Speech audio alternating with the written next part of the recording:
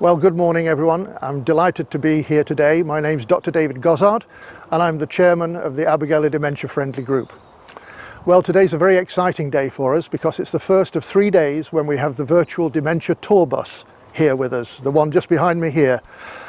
We've managed to raise £3,500 to bring it for 3 days. A wonderful sum, and we were supported well by the local community, and I thank you all. I thank especially Abergele Town Council and Ridland Town Council. So what does the bus do? Well, the bus gives you a feeling as to how somebody who's living with dementia actually perceives the world. Within that bus there's a room that's set up as a kitchen, there's a sleeping area, and as you go in you have special glasses put on, you have headphones, special gloves that change your perception of the world around you and give you a feeling for how somebody, perhaps a loved one that you might know, who is living with dementia, perceives the world around them. I think it's so important that we understand what people are going through, because it's only through that empathy that we have that we can change the way that Abergele works to make it better for people who are living with dementia and their carers. Hi, my name's Jenny and I look after my mum who's got Alzheimer's and dementia. I've just been on the virtual dementia tour bus and I thought it was absolutely fantastic. I think anybody who is looking after or caring for somebody, a relative with dementia, should actually do this experience. It's certainly opened my eyes to how they live on a day-to-day basis. One thing that I've done today that might have caused you a little confusion, I stood in front of you and spoke to you, give you a series of instructions that you wouldn't have heard, and it wasn't until I used that little appropriate touch on the arm, find something useful to do, fold the towels in the bed, and it's a simple instruction that you can understand, that you can actually get done, get right, and as soon as you get busy you start to feel better.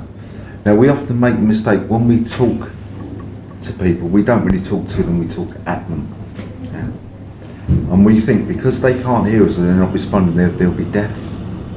So we raise our voices. Now, it's not so bad with a woman's voice, but with a man's voice. A raised voice can actually sound quite aggressive. So you don't need to shout. It's that little smile.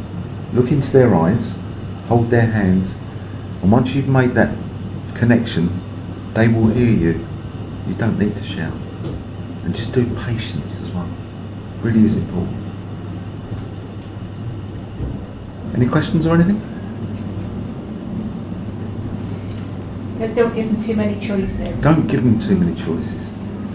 Keep it simple. It's things like if you've got a dinner and you say to them, right, do you want fish and chips, spaghetti bolognese, or you give them maybe a third choice. Whatever you say last is what they will say yes to. 30 seconds later you can mix that choice up again and they'll say something different. So only give them maybe 1 or 2 choices, but just remember they will probably always say the last thing you have. I often find picture menus are fantastic. Let them point to what they want, but don't prompt them. Because like I say, whatever you try and do to prompt them is what they'll say last. Yeah?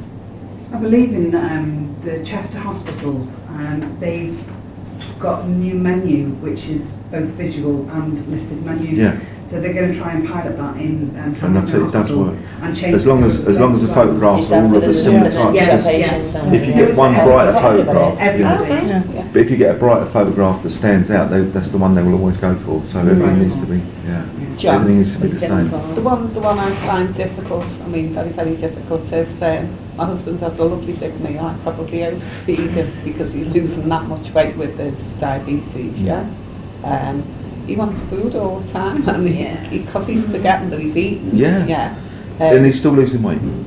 Just leave little bowls and nibbles out and things like that as well. Snacks, everything. It doesn't matter if you think he's eating too much. If he's losing weight, he's obviously needs.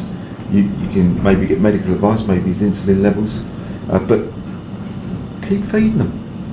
The one thing I hate in care homes is when they have a set dinner time, which is fine if they will shovel their food down in an hour. Exactly. So what you have a start time. It's like getting up in the morning. If you're on your day off, and someone comes knocking on your door at 8 o'clock in the morning, you're not going to be happy if you want to stay in bed till 10. No, exactly. So leave them, if necessary.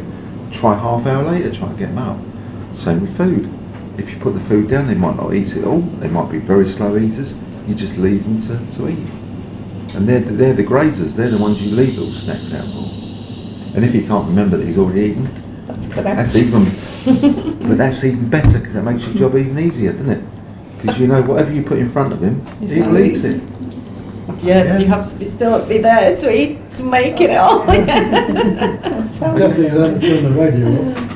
Turn the radio off. Yeah. Well, Don't have too much you stay external on all the noise. time. Yeah. Now she turns it off. First thing I do is I walk in and turn the radio on.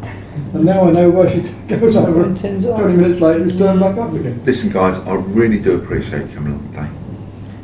I'm going to have to unfortunately go and tidy the vehicle up now because someone made a bloody mess in it. Eh?